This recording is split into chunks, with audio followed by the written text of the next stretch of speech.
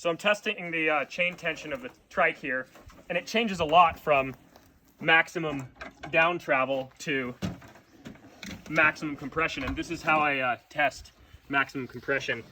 And you can see it's very tight there, and that's just barely touching the bump stop. So if you really slammed it off of a jump, that's what was killing it before. So it needs a little bit more slack. And we can do that. So we've had nothing but trouble since we set this up. Just the fuel injectors were clogged, even though we redlined the tank. It was lined. Yep. We just got so much stuff in the fuel system.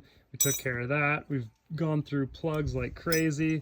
Yep. And then on the last rollout, we got here. Yep. And the chain just broke right when it went up the hill, right when it started running correctly. Yep, and that's like the second or third time the chain's broken too. Oh yeah, the chain, by the way, was cobbled together of a bunch of different pieces and types of chain. One of them was on the jack shaft for Cindy before, and just almost every link here is broken from just being stretched on impact. It's pretty gnarly. Other than that, we've got the throttle kit and pedals for the drift trike. So that's coming up really soon. We just built a giant jump. That's going to be this Friday's video. Still giving away a one wheel. Check that out on grindhardplumbingco.com.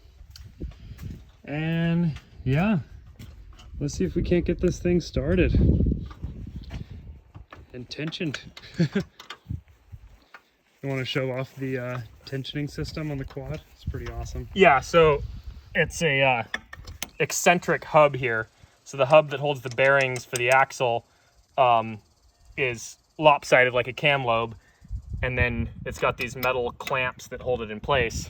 So you just loosen the clamps and then you rotate the whole hub thing and it moves it forward or back. So yeah, I think I've got it at a pretty good spot now. We'll take it for a test drive and see. We've got actually like high quality chain coming in the mail, but this is just some cheap machine chain for testing purposes. That's just for now. Also got a full-on power sport battery in there. We thought maybe we weren't getting enough voltage at one point. In here, we haven't really shown this off too much, but that's the jack shaft right there, coming out down the swing arm.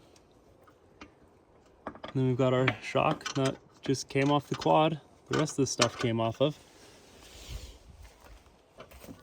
I think that's this thing's problem. It's a Skidoo and it resents all the Polaris parts. I think you're right. It's just a very resentful machine. Mm-hmm.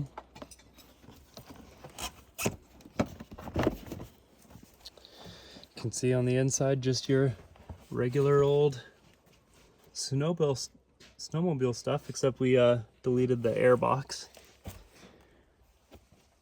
And there's our brake. Then that gearbox goes down to the jack shaft. Honda Civic radiator. All the goodies. All the goodies. Electric start and reverse. That's why we chose this sled. And it was the electric start part. Oh yeah. Still a pull start, but we do have the reverse. And it's fuel injected. That's the, Yeah. Well, it's also been a pain in the butt, but, fuel injection is one of the reasons we wanted it. In theory, we thought it would be better for running in the hot and cold, but so far, not so.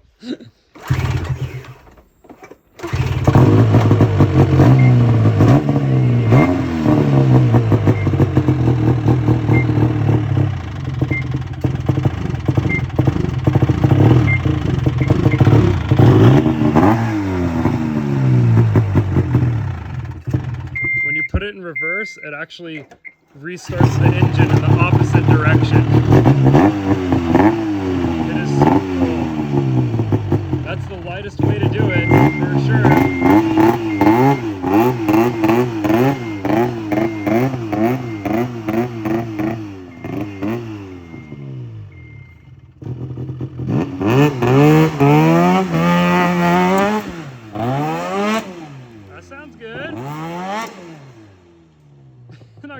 traction on this dust.